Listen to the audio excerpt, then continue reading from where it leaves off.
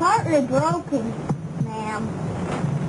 So it'll take about a month to repair, and that'll be about $2 million. But why $2 million?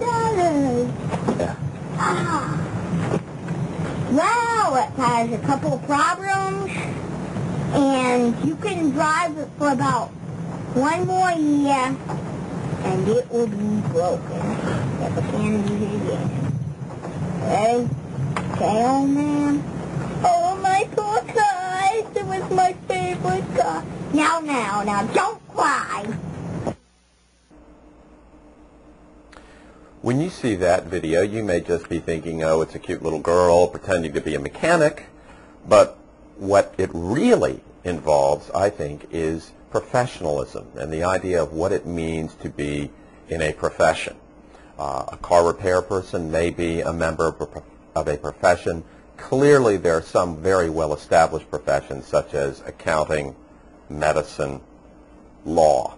And I would try to argue, perhaps it's because I'm a lawyer, that law is the king of all the professions, hence my crown, in honor of that concept. Now, my daughter was simply looking in the hood of the car when I was, I think, changing the oil, and she started rattling on these notions of mechanics and what they would tell a customer about a car, and it occurred to me I really need to get a video out here, so I videotaped it. And then as I was looking back at it, it occurred to me it shows sort of at least maybe a child's notion of what people do in business. They charge as much as they can. That'll cost you $2 million. People are upset, but they probably go along with it because they figure they need their car repaired, and that's what it means to be in business. Being a professional is somewhat different than being simply in business. When we talk about someone being a professional, sometimes we simply mean that person is exceedingly competent. You know, a pro baseball player, for instance. We're not talking about character, are we? We're talking about simple ability with a bat and a ball. But a professional, in the greater context, besides ability, is also one who has integrity, one who has duties which he or she follows on behalf of the person for whom he or she works. A professional is a fiduciary. And so in the context of a doctor owes certain duties to a patient. An accountant owes certain duties to a client. A lawyer to a client.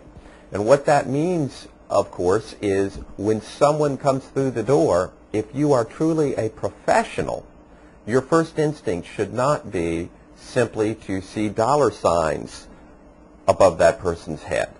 You are first and foremost supposed to be looking after the interest of that person. If it is not in that person's interest for legal representation to take place, the competent and honest attorney, the true professional, is supposed to tell that potential client, look, it's just not worth it. I advise you to not go ahead with this lawsuit, or to pay off and simply settle this matter rather than defend it. Just as we would expect, for instance, a doctor advising, let's say, an 85-year-old woman who seeks a facelift that wrinkles come with age, and it really probably doesn't make sense necessarily for an 85-year-old woman to be worrying about cosmetic surgery. The money might be there for the doctor, but we expect more from a true professional than simply making some sort of contract with the client.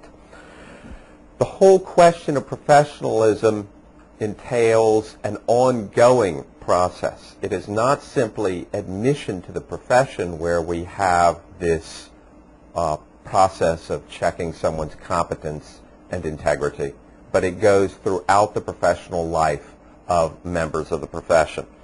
And that is why if, for instance, a law applicant lies or omits key information on the bar application, that can come back to haunt him years later. And the lie may have been over something where if the truth had been told, he or she still may have been admitted to the bar. Maybe it was something having to do with, say, a minor drug violation or some other problem that the bar applicant had in his youth.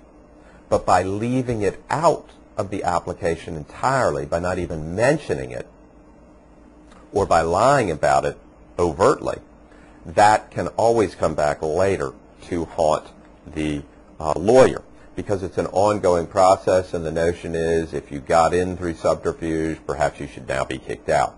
Or even if you got in honestly, you later behave in an unethical manner, again, we can always review the process for admission and now determine that you are no longer qualified. The first duty to a client is simply to do what is in the best interest of that client. The ethical dictates are that you turn away business if necessary, and there is also a series of duties that may be owed to the profession. The concept is, as a member of the profession, you should uphold standards for the honor, for the integrity, for the reputation of the profession as a whole. Now, you may say that's sort of an oxymoron, professional reputation, when we're talking about lawyers, but the idea is a lawyer is a member of a guild, of a profession, and should be thinking of his fellow counselors and how they may be impacted harshly by bringing disrepute upon the entire profession.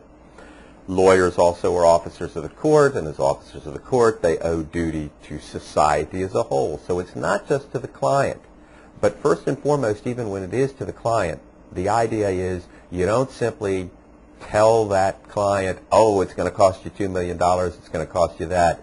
You work with the client. If there's a way of making things better for the client, even though it's not economically best for the professional still has that duty to do what's right for the client.